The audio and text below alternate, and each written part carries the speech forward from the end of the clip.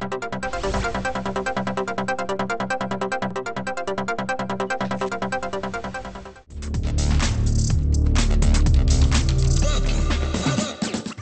To the show. ഇന്ന് നമ്മളിവിടെ കൂടിയിരിക്കുന്നത് ഇന്നലെ റിലീസായ ഗോൾഡ് കോയിൻസ് എന്ന മൂവിനെ പറ്റി അറിയാൻ വേണ്ടിയിട്ടാണ്. സോ ഇന്ന് നമ്മളിവിടെ ചേർന്നിരിക്കുന്നത് രാജാ സാഹിബും പിന്നെ എല്ലാവർക്കും അറിയുന്ന മീരാനന്ദൻ. കൂടുതൽ വിശേഷം അറിയാൻ വേണ്ടിയിട്ട് അവരോട് തന്നെ ചോദിക്കാം. സോ രാജാ സാഹിബ്, ഇത് ഈ സിനിമയിൽ എങ്ങനെയാണ്, like what is your character? I think it's a different role അല്ലേ? അതെ അതെ, കോമഡിയിൽ നിന്നും ഡിഫറെൻ്റ് ആയിട്ടുള്ളൊരു അറ്റംപ്റ്റാണ് ഞാനിതിൽ നടത്തിയിട്ടുള്ളത്. അതായത് അങ്ങനെ കാസ്റ്റ് ചെയ്യപ്പെട്ടു. നമ്മൾ സിനിമ തുടക്കം മുതൽ എന്നെ കോമഡിയുടെ കാര്യങ്ങളാണ് ആദ്യമേ ഡയറക്ടർ പറഞ്ഞത്. ബട്ട് ആഫ്റ്റർ ദാറ്റ് കുറേ മുന്നോട്ട് വന്ന് ഷൂട്ടിംഗ് ഫസ്റ്റ് ഷെഡ്യൂൾ കഴിഞ്ഞ് സെക്കൻഡിലേക്ക് വരുമ്പോൾ എന്നെ ഇതിൽ ഒരു മെയിൻ വില്ലനാക്കിയാണ് കാസ്റ്റ് ചെയ്തത്.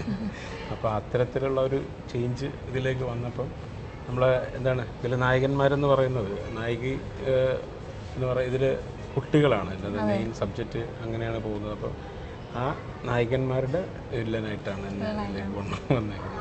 സോ എങ്ങനെ വില്ലൻ ക്യാരക്ടർ ചെയ്യുമ്പോൾ, ലൈക്ക് സാധാരണ യൂഷ്വലി കോമഡി ക്യാരക്ടറാണല്ലോ ചെയ്യുന്നത്. അപ്പോൾ ലൈക്ക് വെരി കോൺഫിഡൻറ്റ്, ലൈക്ക് എന്തെങ്കിലും ബുദ്ധിമുട്ടോ, ലൈക്ക് ചേഞ്ച് ഓവർ ട്രാൻസ്ഫോമിങ് അതിലേക്ക് പോകുമ്പോഴത്തേക്കാണ് അങ്ങനെയൊന്നും എനിക്ക് ഫീൽ ചെയ്യില്ല. ബട്ട് കുറേ കാര്യങ്ങൾ പഠിക്കാൻ പറ്റിയിട്ടുണ്ട്.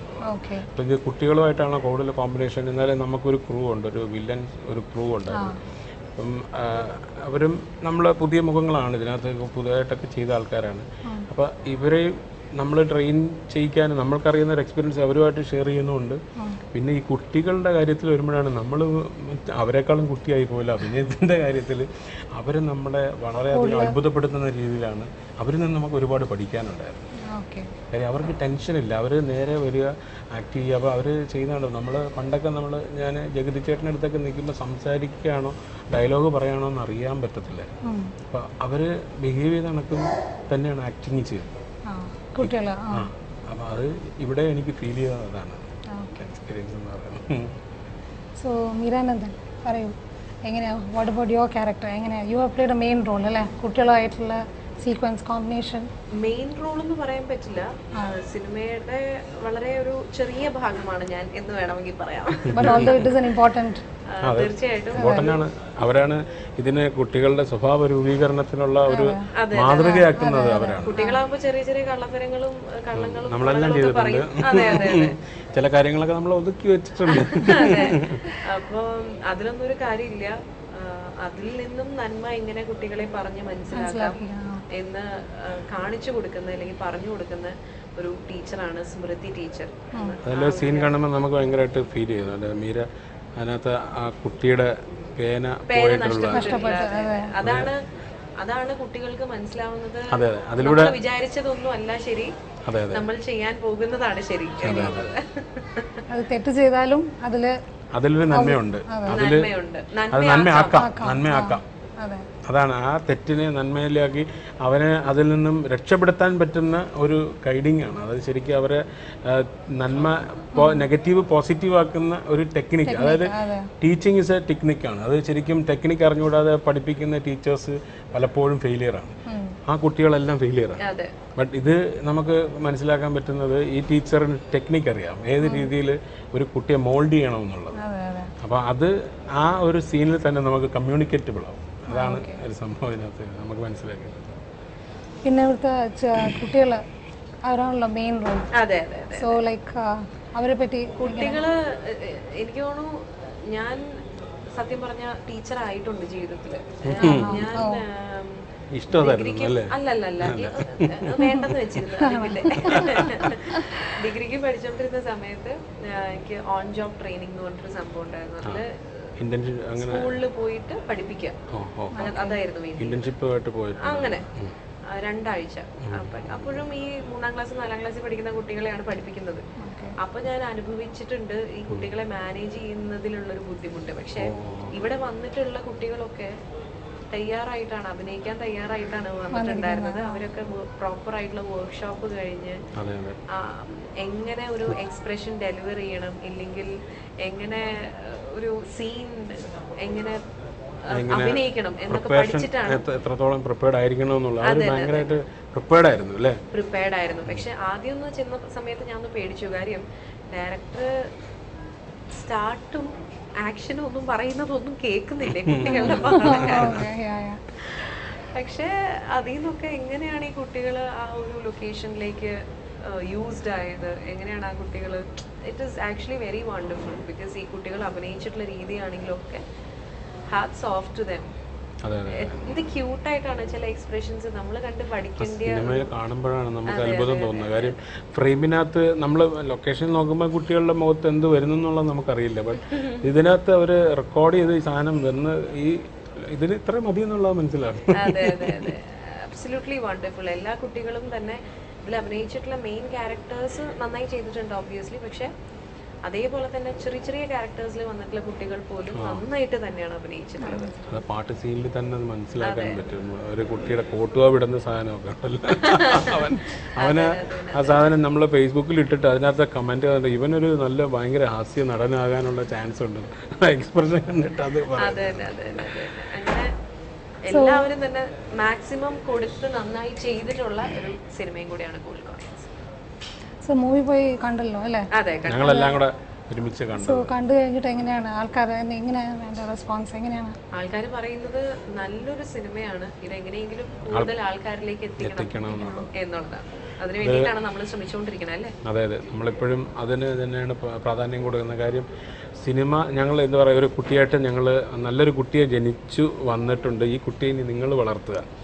ഈ കുട്ടിയെ നിങ്ങൾ ഓരോരുത്തരായിട്ട് നിങ്ങളെ ഏൽപ്പിക്കുകയാണ്. അപ്പം എങ്ങനെ വളർത്തണം എന്നുള്ളത് നിങ്ങളതിനെ നേരിട്ട് കണ്ടിട്ട് ആ കുട്ടിയെ നോക്കിയിട്ട് വളർത്തിയാൽ മതി എന്ന് ഞാൻ പറയത്തുള്ളൂ. അതെ, കണ്ടു കഴിഞ്ഞ് ഇഷ്ടപ്പെട്ട് കഴിഞ്ഞാൽ തീർച്ചയായിട്ടും നിങ്ങൾ തന്നെ പബ്ലിസിറ്റി ചെയ്തോളും. കാര്യം ഞങ്ങൾ പറയാതെ നിങ്ങൾക്ക് മനസ്സിലാവും. ഫാമിലിയോടും ഒക്കെ പറയുക, കാണാനായിട്ട് പറയുക, ഫാമിലി ആയിട്ട് തന്നെ കാണണം. കാര്യം നമ്മൾക്ക് അനിയന്മാർ, ചേട്ടന്മാർ, അതുപോലെ മക്കള്, ചെറുമക്കള്, അതുപോലെ എല്ലാം ഉണ്ടെങ്കിലും ആ മക്കൾക്ക് പഠിക്കാനുള്ള ഒരു കണ്ടന്റ് ഇതിനകത്തുണ്ട്. അതുകൊണ്ട് ഒരിക്കലും നിങ്ങൾക്കൊരു നഷ്ടമാവില്ല എന്നുള്ളത് ഞങ്ങൾ ഉറപ്പിച്ച് പറയാം. എൻ്റെ അടുത്ത് ഒരുപാട് പേര് ചോദിച്ചത് ഇതൊരു പ്രീച്ചിങ് മോഡിലുള്ള ഒരു സിനിമയാണോ, പഠിപ്പിച്ച് തരുന്ന ഒരു സിനിമയാണോ? ഇല്ല, ഇൻഫാക്ട് പഠിക്കാനുണ്ട് എന്നുള്ളത് സിനിമ കണ്ടു കഴിയുമ്പോൾ ഇതിലെല്ലാം ഉണ്ടല്ലോ. നമ്മൾ ഫാമിലി ഓറിയന്റഡ് ആണ്, അതുപോലെ ത്രില്ലിംഗ് ആയിട്ടുള്ള സംഭവങ്ങളുണ്ട്, അതുപോലെ ആക്ഷനും ഉണ്ട്, സെന്റിമെന്റൽ.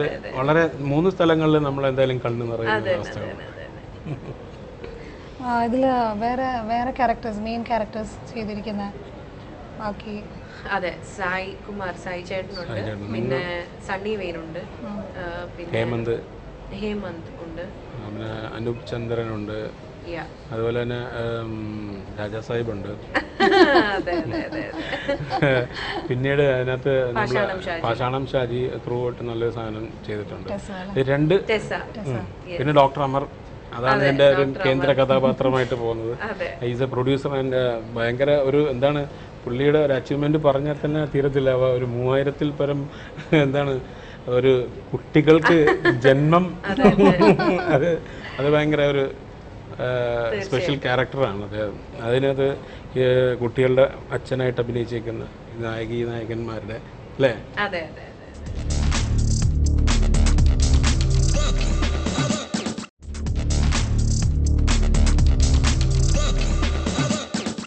ഇതില് ഡയറക്ടർ ഫസ്റ്റ് ഇതല്ലേ? അതെ, നവാഗതനായ സംവിധായകൻ. അപ്പോൾ അദ്ദേഹം ശരിക്കും നേരത്തെ നിവിൻ പോളി വെച്ചിട്ട് ഫിലിം സ്റ്റാർട്ട് ചെയ്തിട്ടുണ്ടായിരുന്നു. പ്രമോദ് ഗോപാൽ നവാഗതനായ സംവിധായകൻ. അദ്ദേഹം ഇതിനു മുമ്പ് ഒരു സിനിമ ചെയ്തിട്ടുണ്ട്.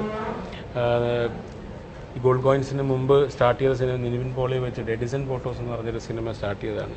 ബട്ട് ഇനി അത് വരാനായിട്ട് തന്നെ തുടങ്ങാനായിട്ട് ഇരിക്കുകയാണ് വീണ്ടും. അപ്പോൾ ഇതിൽ പുള്ളി നേരത്തെ വർഷങ്ങളായിട്ടുള്ള എക്സ്പീരിയൻസ് ഉള്ളൊരു വ്യക്തിയാണ്. ഫിലിം ഫീൽഡുമായിട്ട് നിൽക്കുന്ന 10-20 വർഷത്തോളം ഫീൽഡിൽ ഇങ്ങനെ വർക്ക് ചെയ്തിട്ടുള്ള ഒരാളാണ്. അത് ശരിക്കും ഇതിൽ വളരെ ഈസി ആയിട്ട് ഹാൻഡിൽ ചെയ്യാൻ പറ്റുന്നുള്ളതാണ്. കാര്യം കുട്ടികളെ ഹാൻഡിൽ ചെയ്യാനാണ് ഏറ്റവും ഇത്രയും കുട്ടികളെ കറക്റ്റ് ആയിട്ട് മോൾഡ് ചെയ്യുക, കറക്റ്റ് ആയിട്ട് പറഞ്ഞു കൊടുക്കുക, ഫിലിം ചെയ്യണം തന്നെ. അതെ അത് ഭയങ്കര എഫേർട്ടാണ്. ബട്ട് ഇത് പുള്ളി വളരെ ഈസി ആയിട്ട് അത് ചെയ്തു എന്നുള്ളതാണ്. നമ്മളെയൊക്കെ ഹാൻഡിൽ ചെയ്യാനാണ് പുള്ളി ബുദ്ധിമുട്ട്.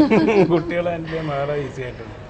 അതിപ്പോൾ നേരത്തെ മീര പറഞ്ഞ പോലെ ഒരു വർക്ക്ഷോപ്പ് കാര്യങ്ങളൊക്കെ നേരത്തെ ഒരു ഗ്രൂമിങ് ഒക്കെ ഉണ്ടായിരുന്നു. കുറേ കുട്ടികളുടെ ഇടയിൽ നിന്നാണ് ഈ കുട്ടികളെ ഫിൽറ്റർ ചെയ്തെടുത്തത്. അപ്പം അതിൽ ഈ കുട്ടിക്ക് എന്താണ് ഇതിൽ എടുത്തേക്കും കുട്ടികളെല്ലാം ജം ഓഫ് ദ പേഴ്സൺ വളരെ ഇതായിട്ടുള്ള സെലക്ട് ചെയ്ത കുട്ടികളല്ല. ആൻഡ് ഇതിൽ മ്യൂസിക് ഭയങ്കരമായിട്ട് like I think it will be a hit. Music director ഹിറ്റാണ് പ്രോബബ്ലി ഇപ്പോഴും തന്നെ എല്ലാവരും അത് കേട്ട് തുടങ്ങിയിട്ടുണ്ട്. അപ്പോൾ ഇതിൽ എന്താ പറയുക, നമ്മുടെ ഉസബജൻ സാറിൻ്റെ മനോഹരമായ സംഗീതം, പശ്ചാത്തല സംഗീതം ഇതെല്ലാം കൂടെ ശരിക്കും ആ സിനിമ കാണുമ്പോൾ നമുക്കൊരു നല്ല ഒരു മൂഡ് നമുക്ക് അതിനകത്ത് ഹോൾഡ് ചെയ്യുന്നുണ്ട്. സിനിമ ബാക്ക്ഗ്രൗണ്ട് സ്കോർ ആണെങ്കിലും എല്ലാം നന്നായിട്ട് തന്നെയാണ് അദ്ദേഹം ഹാൻഡിൽ ചെയ്തിട്ടുള്ളത്. അതെ അതെ, സിനിമകളെല്ലാം ഭയങ്കര ഓർമ്മകൾ, ത്രില്ലിംഗ് ആയിട്ടുള്ള എക്സൈറ്റിംഗ് ആയിട്ടുള്ള മൊമെന്റ്സ് ഒക്കെ അത്രയും തന്നെ എക്സൈറ്റ്മെന്റോട് കൂടിയാണ് അദ്ദേഹം. ഭയങ്കര ബഹളമില്ല അല്ലേ, ലളിതമായ രീതിയിൽ വളരെ ആവശ്യത്തിന് മാത്രം അതിൻ്റെ ഒരു എഫക്റ്റ് കൊടുത്ത് കൊണ്ടുപോകും. വളരെ സ്മൂത്തായിട്ട് നന്നായിട്ട് ചെയ്തിട്ടുണ്ട്. ഇതിലെ പാട്ട് പിന്നെ നമ്മുടെ Jayachandran sir, P Jayachandran sir ഇതിനകത്ത് മനോഹരമായൊരു പാട്ട് 2-3 രീതിയിൽ ആ പാട്ട് ചെയ്തിട്ടുണ്ട്. സിറ്റുവേഷൻസ് മാറ്റി വരുമ്പോൾ സ്ലോ ആയിട്ട് ഹാപ്പി മൂഡിലും ഒരു സാഡ് മൂഡിലും ചെയ്തിട്ടുണ്ട്, അങ്ങനെയൊക്കെ ചെയ്തിട്ടുണ്ട്. അപ്പോൾ അതിലെല്ലാം ആ പാട്ടുകൾ കേൾക്കുമ്പോൾ തന്നെ നമുക്കത് ഭയങ്കര ഫീൽ ചെയ്യുന്ന ഒരു പാട്ടാണ്. ഒരു പാട്ട് തന്നെ പല രീതിയിൽ സ്വരവർഷം മാറ്റി എന്ന് പറയുന്ന പോലെ അല്ലേ, പല രീതിയിൽ ഇത് മാറ്റി പാടിയിട്ടുണ്ട്. അപ്പം നല്ല മൂഡിൽ നല്ല രസമായിട്ട് ഫീൽ ചെയ്യുന്ന സമയത്ത് അത് ഭയങ്കര ഫീലിംഗ് ആയിട്ട് നല്ല ഒരു എക്സ്പീരിയൻസ് ആണ് സിനിമയിൽ. പാട്ടെല്ലാം ഹിറ്റാണ് ഇതിനകത്ത്. നമ്മുടെ ക്യാരക്ടർ ഒന്ന് കുറച്ചും കൂടി ഒന്ന് എലാബറേറ്റ് ചെയ്യാൻ പറ്റും, ലൈക്ക് ഹൗ? ഇതിൽ ചാർലി എന്ന് പറഞ്ഞ ഒരു ക്യാരക്ടറാണ് ഞാൻ ചെയ്തേക്കുന്നത്. ചാർലി എന്താ പറയുക, നമ്മുടെ നാട്ടിലൊക്കെ ഉള്ളതുപോലെ തന്നെ ഇതായിട്ട് ഇപ്പോൾ നമുക്ക് ഒരു വില്ലനെ ശരിക്കും നമുക്ക് എങ്ങനെ തിരിച്ചറിയാൻ പറ്റുന്നത്, കൊമ്പം മീശ, ഭയങ്കര താടി, മുട്ടയടിച്ച് ഇങ്ങനെ, ഇതിനൊക്കെ ഒരു ഡ്രസ് കോഡും ഒരു മേക്കിംഗ് കോഡും ഒക്കെ ഉണ്ട് എന്ന് പറയുന്ന പോലെ. ഞാനിതിനകത്ത് എൻ്റെ ചാർലി എന്ന് പറഞ്ഞ കഥാപാത്രത്തിന് ഒരു കുർത്തായും ഒരു പിന്നെ ചെറിയ മീശ വിരിക്കൽ സംഭവങ്ങളും അങ്ങനെയൊക്കെ ഉള്ളു. അല്ലാതെ നമുക്ക് യഥാർത്ഥ ജീവിതത്തിൽ ഒരു കള്ളനെ കണ്ടാലോ അല്ലെങ്കിൽ ഒരു കൊള്ളക്കാരനെ കണ്ടോ നമുക്കൊരിക്കലും ഇത് ആരാണെന്ന് തിരിച്ചറിയാൻ പറ്റില്ല. കാര്യം ഞാൻ കണ്ടിട്ടുണ്ട് ഞാൻ എന്താ ജോലി, ഞാൻ ചെറിയ കള്ളത്തിലൊക്കെ ജീവിക്കുന്ന ഒരു കള്ളനാന്ന് പറയും ആളെ കണ്ടാൽ നമുക്ക് പറയാൻ പറ്റില്ലല്ലോ. ഈ സിനിമയ്ക്ക് ഉണ്ടാക്കി വെച്ചിരിക്കുന്ന പരമ്പരാഗതമായ ഒരു ഡ്രസ് കോഡുണ്ട്, വില്ലന് ഇങ്ങനെ ആയിരിക്കണം, നായകൻ ഇങ്ങനെ ആയിരിക്കണം എന്നൊക്കെ പറഞ്ഞു. അപ്പം ഇതിനകത്ത് അത്തരത്തിലുള്ള ഒരു ചെറിയ സംഭവം നമ്മൾ യൂസ് ചെയ്തിട്ടുണ്ട്. നമ്മുടെ ഡ്രസ് കോഡിൽ മാത്രം ഇതായിരുന്നു. പിന്നെ ഞങ്ങൾ എന്താ പറയുക, ഒരു പഴയ നൊസ്റ്റോളജി കിട്ടാൻ വേണ്ടിയിട്ട് ഞങ്ങൾക്കൊരു ക്യാരവാനൊക്കെ ഉണ്ടായിരുന്നു, ഒരു ടെമ്പോ വാൻ ഉണ്ടല്ലോ, അതിനകത്ത് പുലിയുടെ ഇതൊക്കെ വെച്ചിട്ട് പണ്ട് ജോസ് പ്രകാശും മറ്റവരൊക്കെ ചെയ്യുമ്പം പുലി തലയാണല്ലോ, ഇത് ഫ്ലെക്സ് ഒക്കെ വെച്ചിട്ട് ബാക്ക്ഗ്രൗണ്ട് അതിനകത്ത് കയറുന്ന വേറെ ലോകം. അപ്പോൾ അത് ഒക്കെ അതിനകത്ത് ഡെവലപ്പ് ചെയ്തിട്ടുണ്ട്. അപ്പോൾ അതിൽ ശരിക്കും ഒരു ഫണ്ണും അതെല്ലാം കൂടെ ആണ് ഉദ്ദേശിച്ചത്. എല്ലാ എലിമെൻസും ഉണ്ട് അതിനകത്ത്. അപ്പം അതിനകത്ത് നമുക്ക് എന്താ പറയുക, കുട്ടികളെ അട്രാക്റ്റ് ചെയ്യുന്ന രീതിയിലുള്ള ഒരു മേക്കിംഗ് ആണ് നമ്മൾ വില്ലൻ ഇതിൻ്റെ അകത്തും ഉണ്ടാക്കിയിരിക്കുന്നത്. മീരയുടെ എൻ്റെ ക്യാരക്ടർ സത്യം പറഞ്ഞാൽ എങ്ങനെയാണ് ഇതിൽ ഡയറക്ടർ എന്നെ ആദ്യം വിളിച്ചിട്ട് ഇത് സംഭവം പറയുന്ന സമയത്ത് ഞാൻ നാട്ടിലുണ്ടായിരുന്നു, അത് കേട്ടു. പക്ഷേ എനിക്ക് അൺഫോർച്യുനേറ്റ്ലി ഭാഗമാവാൻ പറ്റുമെന്ന് തോന്നുന്നില്ല എന്ന് പറഞ്ഞ് ഞാൻ തിരിച്ചു പോകുന്നു. പക്ഷെ അവർ വീണ്ടും എന്നെ കോണ്ടാക്ട് ചെയ്തു. അപ്പോൾ ഞാൻ വിചാരിച്ചു മേ ബി ഞാൻ തന്നെ ചെയ്യണം എന്നുള്ളതായിരിക്കാം എന്ന് വിചാരിച്ചിട്ടാണ് ഞാൻ കമ്മിറ്റ് ചെയ്തത്. അങ്ങനെയാണ് ഞാൻ ഈ സിനിമയിലേക്ക് വരുന്നത്.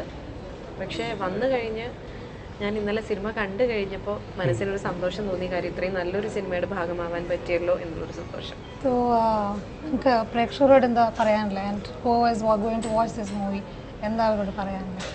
പ്രേക്ഷകരോട് തന്നെ പറയാനുള്ളൂ, ഞാൻ നേരത്തെ അത് പറഞ്ഞു, നമ്മളെ ഗോൾഡ് പോയിൻറ്റ്സ് നിങ്ങളെ ഏൽപ്പിക്കുകയാണ്. ഞങ്ങൾ നിങ്ങൾക്ക് തരുന്നൊരു സമ്മാനമാണ്. അപ്പോൾ ആ സമ്മാനം ഇരു കൈകളോടെ സ്വീകരിക്കുക.